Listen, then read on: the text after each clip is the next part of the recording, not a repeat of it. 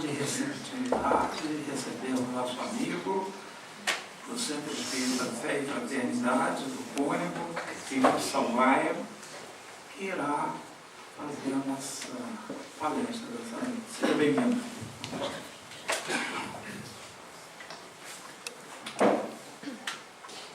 Sentar aí para você ficar à vontade. Boa noite a todos, que Deus nos abençoe a alma. Mais uma vez aqui estamos a fim de tratar de temas concernentes à doutrina espírita e ao nosso dia a dia. Eu acho muito interessante quando a gente aborda questões que nos ensinam a nos posicionar diante das dificuldades da vida e a rever também como estamos nos posicionando. O objetivo da doutrina espírita não é catequizar ninguém, é promover a transformação moral. Então, mesmo que não tenhamos a compreensão de todos os seus ensinamentos, que não tenhamos lido todas as obras, o que nos define como espírita é a transformação. É o esforço em que cada um de nós desempenha a fim de se modificar, a fim de vencer as suas más inclinações. Isso define o espírita. E o estudo proposto para hoje é justamente sobre um posicionamento nosso diante de duas ideias que não se acertam, que não se afinam e que nós poderíamos dizer como conflito. O que é um conflito? São ideias que nós temos, uma em oposição à outra, e que nos remete a posicionarmos-nos diante dessas ideias. E aí nós podemos abraçar diversas posturas, como nós veremos no decorrer do estudo. E aí vamos tentar nos identificar e ver como estamos agindo no nosso dia a dia. Então o estudo nosso começa sobre conflitos. Quem de nós não tem um conflito? Quem de nós nunca vivenciou um conflito? Quem de nós, volta e meia, não é tomado por um conflito? Seja ele de ordem econômica, seja ele de ordem social. Acho que esse negócio para. Seja, eu grito.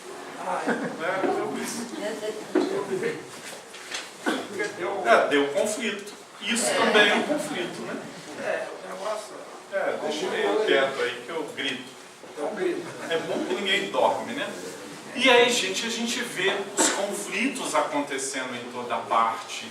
Desde o momento em que nascemos, desde o momento em que começamos a fazer as nossas escolhas, somos abordados pelos conflitos e pelas dificuldades, porque ali temos ideias da qual temos que nos movimentar, temos que optar por essa ou por aquela. Então todos nós vemos a todo instante isso acontecendo em nossas vidas.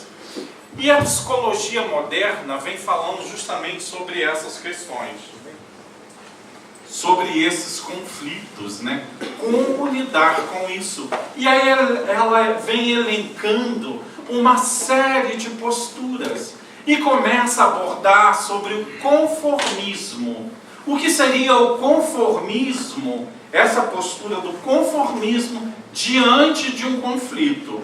É aquela situação em que o conflito aparece, eu identifico o conflito, eu tenho a ideia de que ele está ali, só que eu não faço nada, né? É aquela pessoa, Dr. Bezerra vai resolver para mim, eu vou entregar na mão de Deus. A mão de Deus, como eu falo, está lá lotada.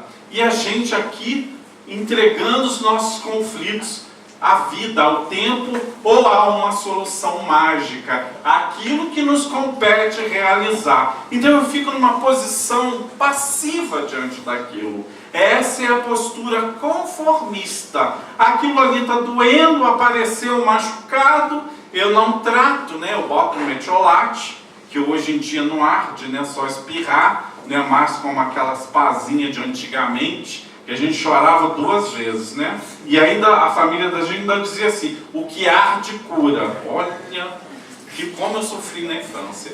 E aí vem essa posição, a gente bota lá o remedinho, acabou e pronto, né? A gente identifica o conflito. Essa já seria a postura da conformação. Ou seja, o problema aparece, eu uso um paliativo para aquilo ali.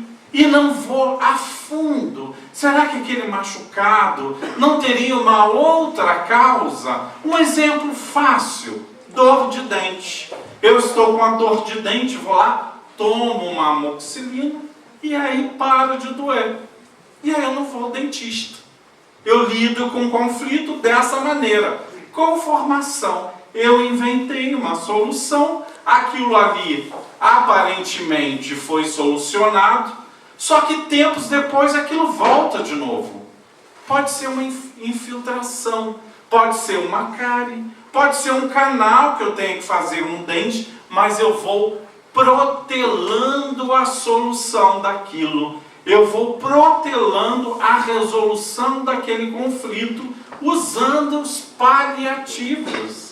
Uma forma, a mulher, quando descobre um carocinho no seio, e aí ela então resolve fazer uma massagem. Ela diz, não, isso pode ser da menstruação, mês que vem some, isso daqui a pouco desaparece. Quantos de nós somos assim diante das dificuldades, diante dos problemas que aparecem em nossa vida? A gente vai adiando, vai postergando aquilo para que ele mesmo se resolva por si só. Então nós nos posicionamos também em algumas situações da nossa vida dessa maneira. Então a gente tenta adiar a dor. Problema de coluna é muito comum. A gente vê muita gente buscando lá, faz uma sessão de acupuntura, fica boa e não volta mais. Não vai averiguar a causa daquilo. Então essa é uma postura de conformação. É uma maneira de usar paliativos para resolver o problema. E aí nós temos outras formas também muito comum. Uma delas é a negação. Quantos de nós negamos o conflito? Por exemplo, o carocinho que aparece no seio. Vou fazer uma oração, vou pedir aos guias. Isso é uma coisa à toa. Isso vai se resolver por si só. Eu estou negando aquele conflito. Eu não estou tomando postura nenhuma. Eu estou negando aquela realidade daquilo que está ali. Então eu construo uma posição até defensiva, porque eu não quero agir. Eu tenho medo de me aprofundar naquilo ali. Essa é uma negação. Eu não quero ver aquele problema. Um exemplo simples, né? O marido sai para trabalhar. Um dia chega às 7 horas. No outro tempo chega 1h da manhã. Depois chega às 4.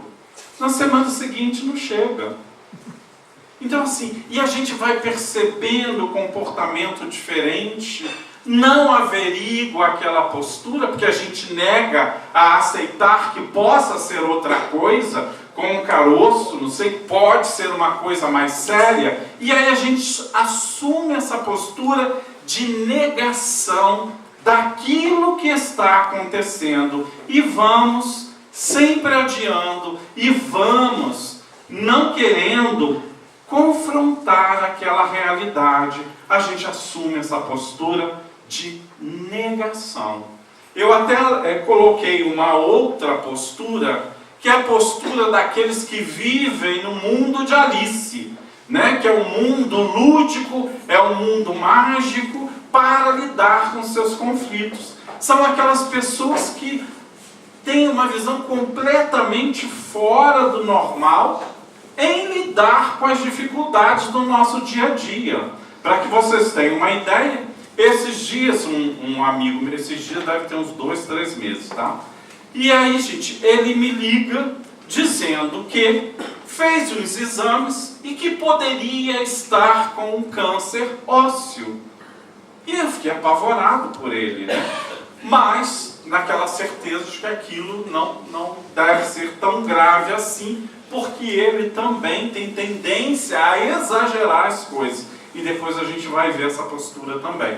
E aí ele então o que fez? Me ligou depois, foi submeter aquela bateria de exame. Enquanto o resultado daquilo não saía, ele me ligou e falou: Felipe, tive uma ideia.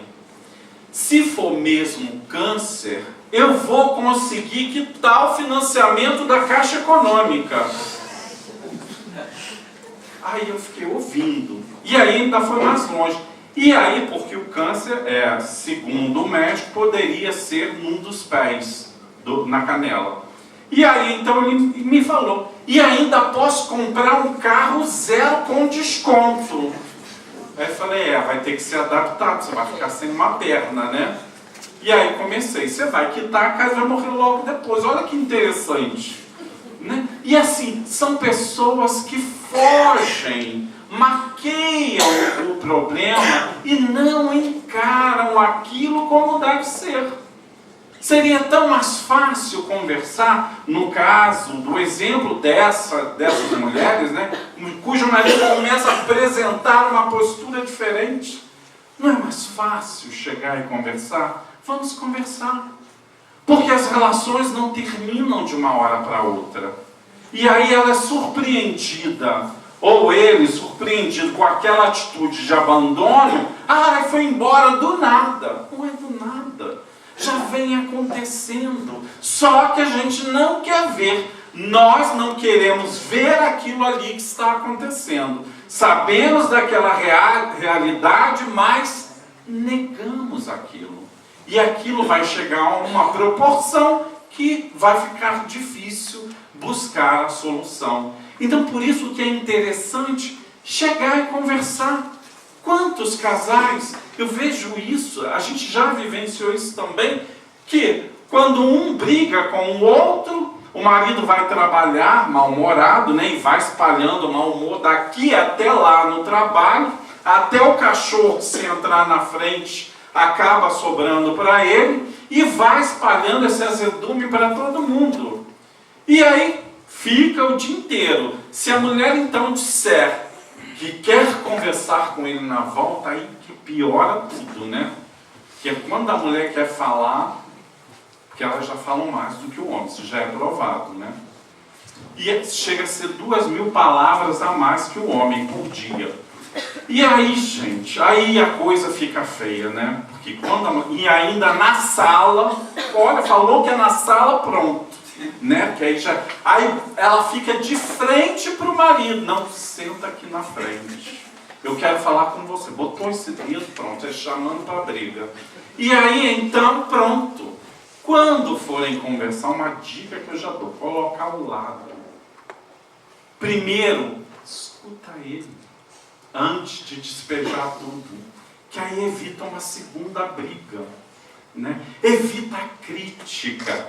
Eu estava fazendo um estudo sobre o amor e eu achei fantástico, porque a psicologia vinha evoluindo muito, e eles constataram, eu fiquei muito, assim, um pouco perplexo com isso, porque o oposto do amor, nós classificamos como o quê? O oposto do amor, qual seria? Todo mundo fala que é ódio, né? Na verdade, o ódio é o amor que adoeceu. Então não é o ódio. Não, também não, porque raiva passa, né? Mas é o poder. O poder é o oposto ao amor. E aí vocês vão entender por quê. Mas isso é tema de outra palestra, vamos falar rapidinho. E aí, gente, por quê? Porque quem é na relação que quer ter razão? Eu tenho a razão, você errou. Isso é o quê? Poder. Então, quando nós buscamos o poder dentro da relação, nós estamos começando a sufocar o amor. Quem nunca quer ter razão no amor? Não é melhor ter paz ao invés de ter razão? Né? E aí a gente vê que realmente o poder, segundo a psicologia moderna de hoje, é oposto ao amor. E a crítica, como destrói as relações. E a gente a toda hora está criticando, seja aqueles que estão à nossa volta, seja nas nossas relações mais íntimas, né? Isso gera um empobrecimento das relações. E aí nós vemos a negação acontecendo. Então, esse meu amigo estava lá no mundo de Alice, completamente fora da realidade. Usou um subterfúgio lúdico para lidar com aquela problemática. O processo, ele até poderia conseguir na Caixa Econômica, ou mesmo no financiamento do carro, é tão burocrático que quando ele conseguisse, a gente já ia estar rezando missa de sétimo dia, porque demora muito. As coisas não são tão fáceis. Então, às vezes, querer tirar vantagem das dificuldades dessa maneira é uma forma de se enganar. E foi feita uma pesquisa muito interessante nos hospitais, e à medida que o problema chega, a gente vai deixando, não vai mais se interessando pelas coisas materiais. Isso lá nos Estados Unidos fizeram uma pesquisa de pessoas que estavam no quadro de pré-morte, aquelas pessoas que tinham pouquíssimo tempo de vida. E ao perguntar a eles, a maioria narraram que, quando entrevistados, o que vocês gostariam de fazer se pudesse voltar no tempo? E quase todos foram unânimes. Não era comprar um carro ou quitar a dívida da Caixa. Era voltar a falar com o filho, voltar a ter paz com o desafeto do passado. Era voltar e trabalhar as questões emocionais que ficaram lá atrás.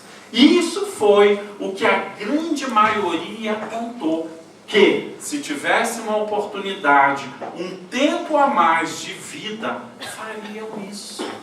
Então, nós temos que lidar com os nossos conflitos de uma maneira mais consciente. Eu tinha um primo já falecido, e filho temporal. A mãe já estava numa idade avançada, os filhos já todo crescido, e ele nasceu. A mãe era meio vó, meio mãe, então ela dava uma estragada boa no comportamento do filho, porque era quase um neto, né? E aí então ela ficou muito permissiva, tudo que ele queria, ela dava. E não detinha valores. Sempre dando a ele. Eu morria de inveja, porque a gente era da mesma idade. E aí na escola ela levava, dava dinheiro para ele, tomava crush na época, ficava com a boca toda roxa, igual um chau-chau, e eu morria de inveja daquilo. Nossa, tomou crush de novo. Aquelas coxinhas enormes, gordurosas, né? A gente levava aquele lanchinho básico, né?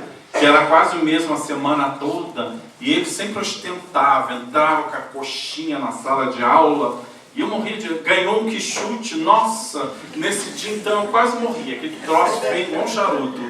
Mas eu fiquei, esse quichute dele está novinho, novinho, chegava a brilhar, e eu ficava assim, quichute era um tênis, dá para explicar aqui para os mais novos, era uma coisa horrível, mas fazia um maior sucesso na época. E aí, gente, eu sempre assim, com aquela inveja do meu primo, que a mãe dava tudo, ele via, e ela ia lá, comprava. Na época, um telefone, a instalação de um telefone, dava para comprar um terreno. Seria hoje o quê? Uns 50, 60, 70 mil reais, uma linha telefônica, e ele tinha no quarto dele. Eu ficava assim, adorava aquele barulhinho, aquele troço enorme.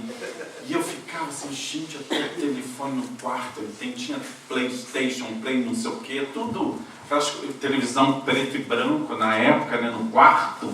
Olha, ligava a válvula, demorava a esquentar, e aí então aparecia a casa. Ficava meia hora para poder ligar tudo, né? E eu lá, né? Eu falei, gente, como eu queria uma dessa. Isso, eu não era espírita na época, não, né, gente? E aí, então, a mãe foi dando. E ele, não bastando aquilo, ela deu muitas coisas materiais, mas não ensinou ele a ter limites.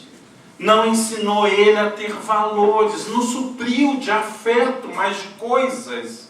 Né? Porque nós vivemos hoje uma sociedade em que as pessoas amam as coisas e usam as pessoas, numa total inversão de valores. Né? As coisas são mais importantes do que as pessoas.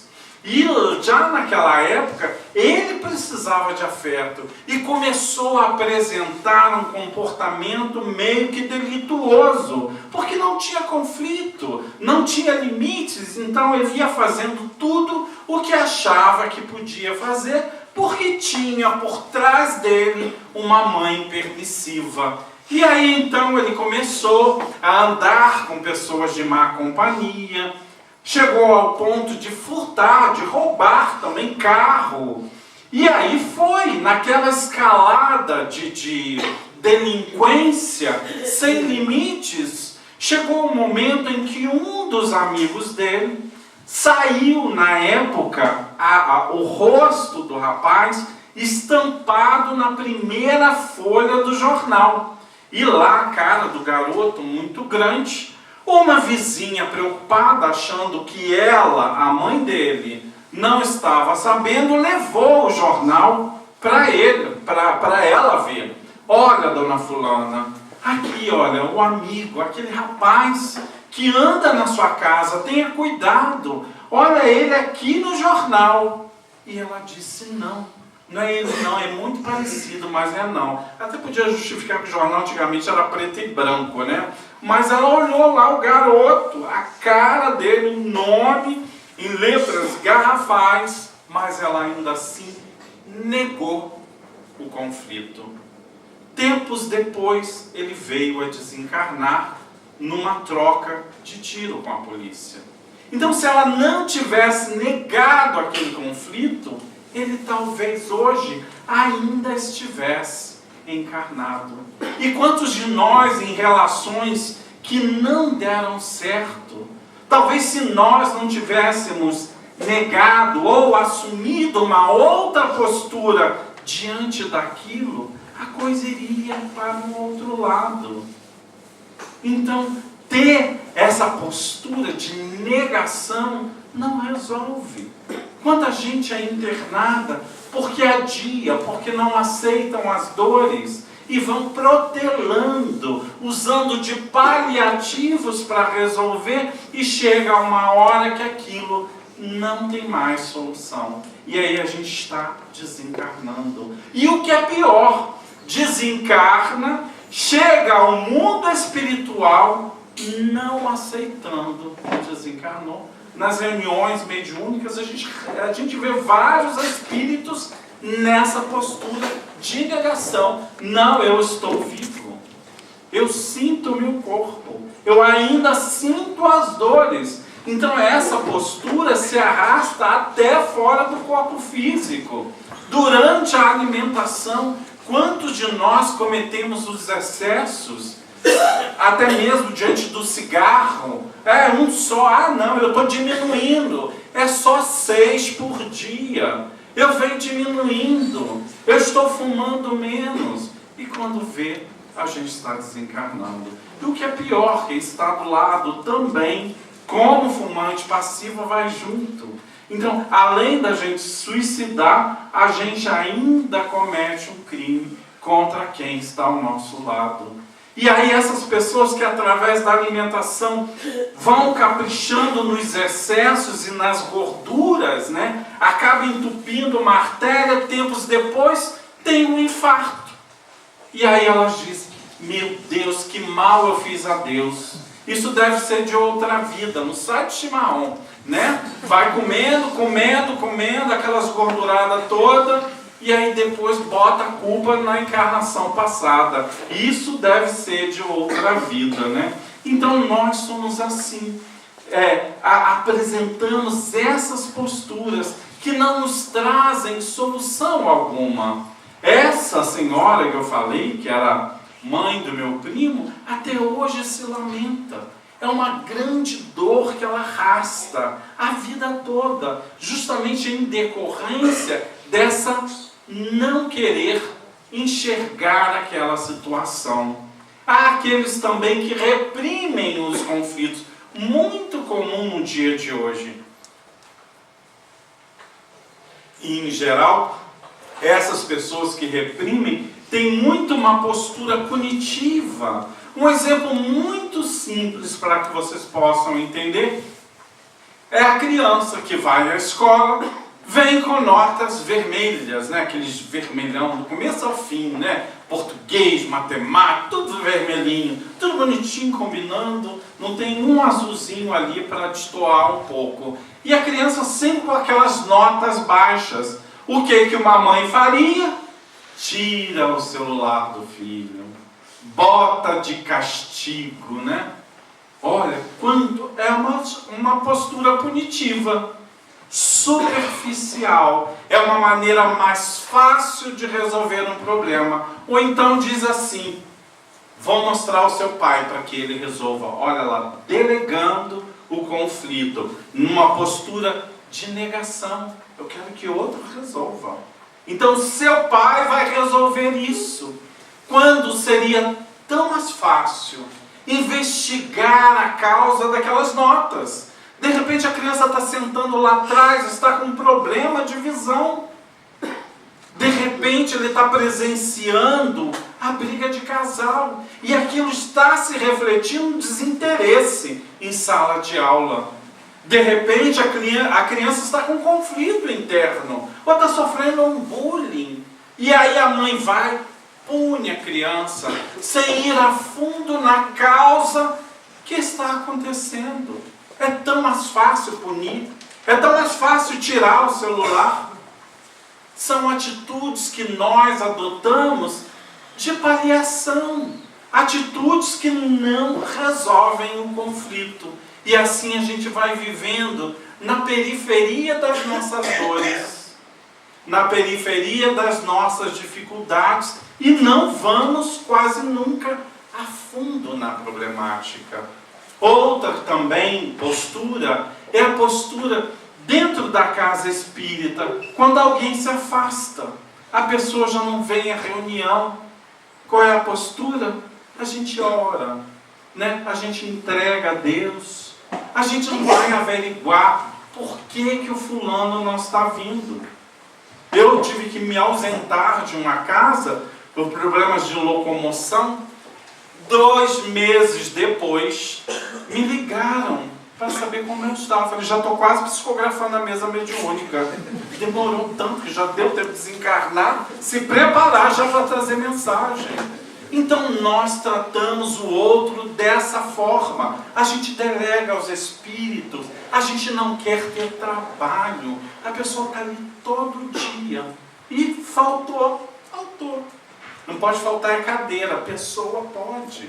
Então são posturas que a gente assume, de indiferença às vezes, dentro da própria casa espírita. Algumas até com o nome de fraternidade, né? E que não tem fraternidade, e que não tem essa preocupação com o outro. A preocupação é com a casa material. Quando na verdade a casa espírita são as pessoas. Porque sem pessoas aqui, a gente não faz nada. Ah, mas tem os desencarnados. Mas desencarnado tem em qualquer lugar. Uma vez o Raul Teixeira foi convidado para falar numa casa. Chegou lá, o Raul se deslocou uma distância muito grande. Tinha 5 pessoas. Aí ele falou, poxa, eu faço palestra em vários lugares, você me chama para falar para 5 pessoas. Ah, Raul, mas tem os desencarnados. Eu falei, minha casa também tem, eu falo para os de lá.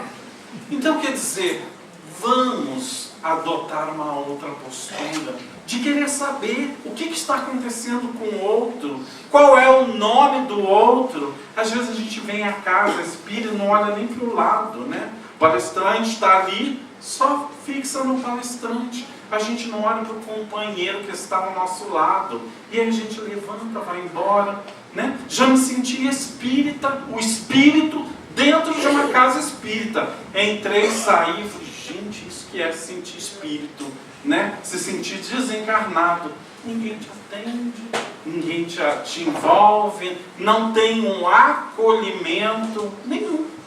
E aí a gente vai nas igrejas evangélicas, tem alguém lá para receber a gente, tem alguém que fala com a gente, tem alguém para mostrar a casa. Então estamos faltando acolhimento. A gente está caindo tanto no automatismo do meu trabalho na casa espírita, eu vou, faço isso, não vou além daquilo ali. Então, quer dizer, como vamos resolver esses conflitos?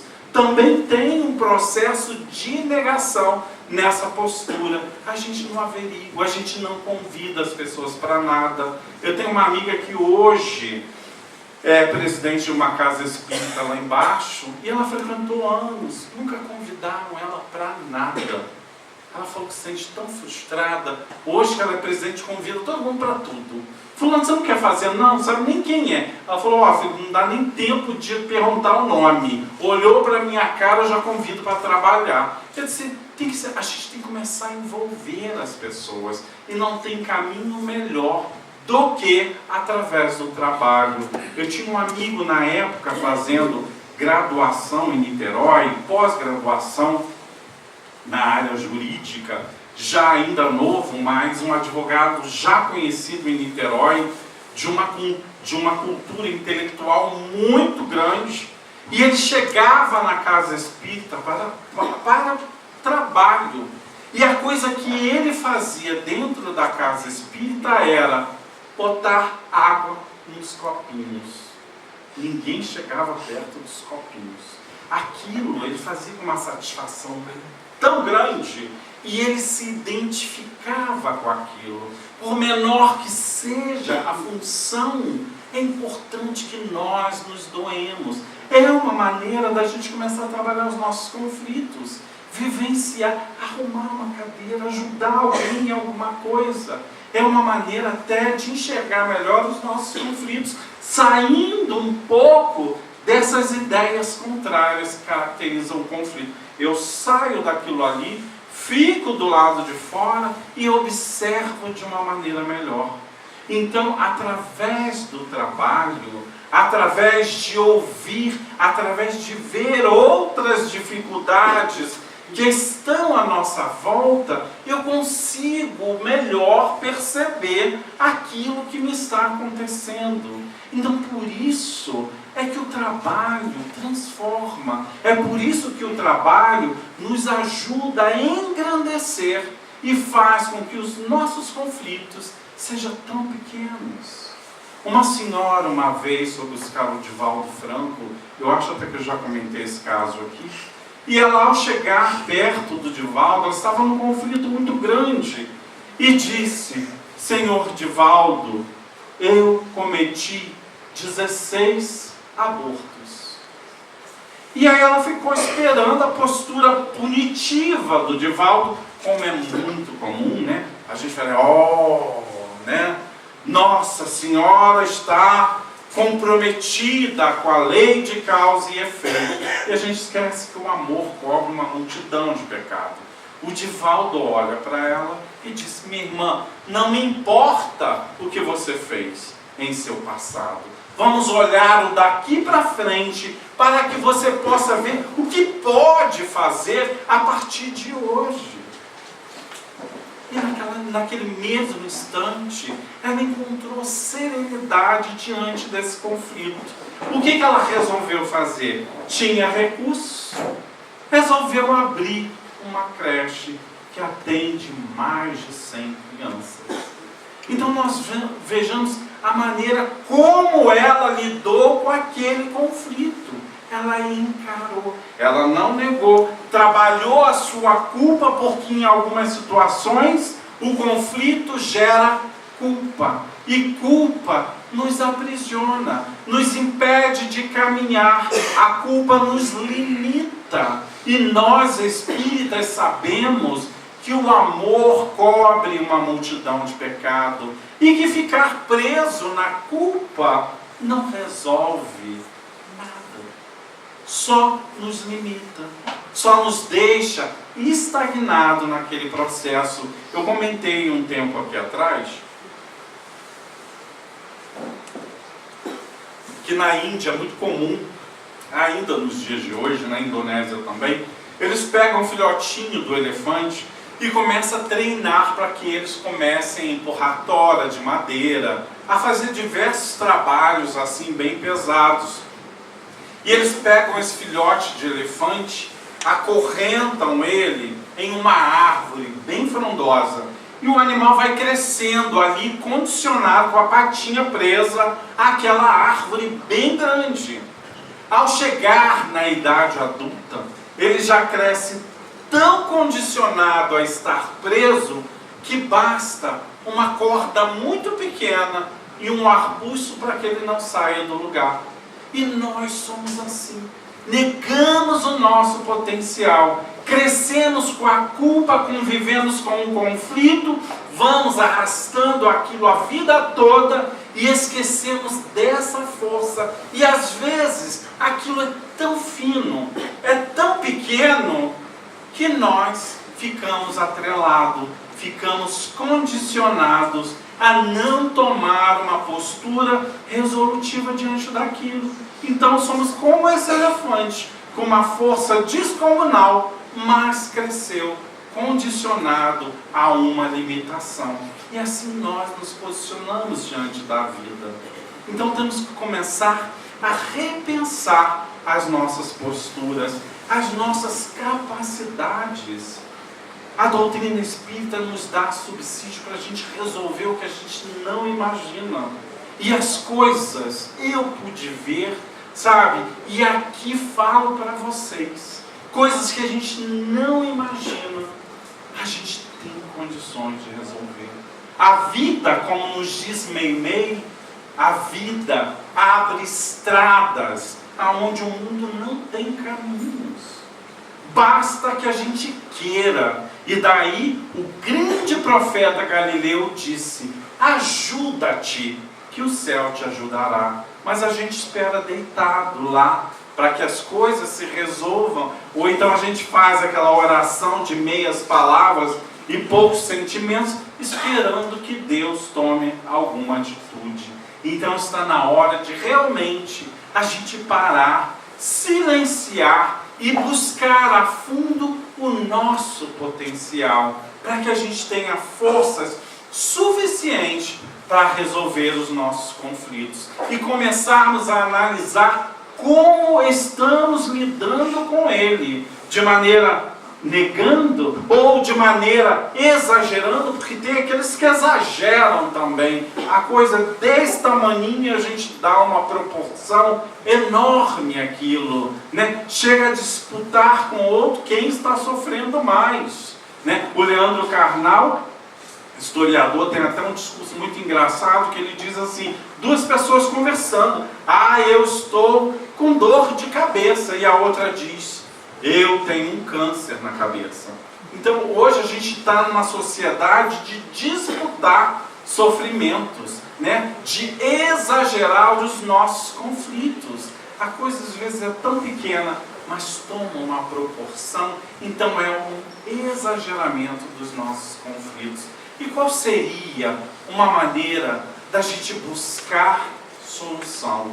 Qual seria uma maneira da gente mergulhar dentro de nós e começarmos a ter um posicionamento diante de determinada situação? Porque Jesus falou: vós sois deuses. A gente pode ir muito. O problema é que a gente não quer. Lá no Livro dos Espíritos, se eu não me engano, questão 992, os Espíritos falam que se nós, Kardec pergunta, se nós poderíamos resolver, lidar com as nossas más inclinações. Se seria muito difícil isso. E os Espíritos então respondem que, de uma maneira muito fácil, seria muito fácil lidar com as nossas más inclinações. O problema é que nos falta vontade. Esse é o problema. Resolver os nossos conflitos não deve ser muito difícil.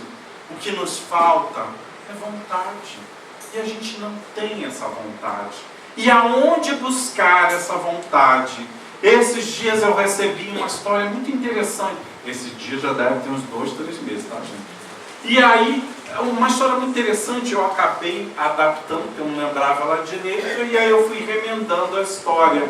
E eu achei que ilustra muito essa situação do conflito em que nós vivemos nos dias de hoje.